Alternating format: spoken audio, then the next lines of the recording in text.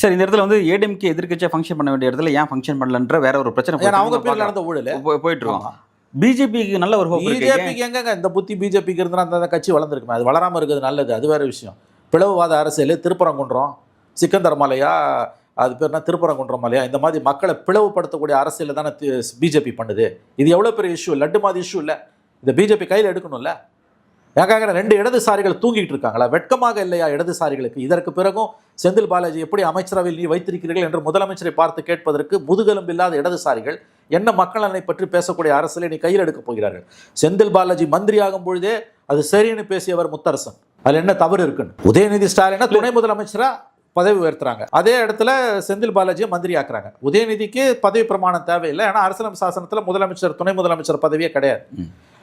அந்த பதவியேற்பு விழாவில் போய் முத்தரசன் எல்லாம் உட்காடுறாங்க, பாலகிருஷ்ணன்லாம். இப்போ முத்தரசன் கேட்கும்பொழுது செந்தில் பாலாஜியை மந்திரி ஆக்குறாங்களே, என்ன நியாயம்? மந்திரி அவர் 2 நாள் கூட ஆகல பெயிலில் வந்து, இவ்வளவு அவசரம் என்னன்னா, அதுல எந்த தவறும் இல்லைனார். இப்போ இதுக்கு என்ன சொல்ல போறாங்க இடதுசாரிகள்?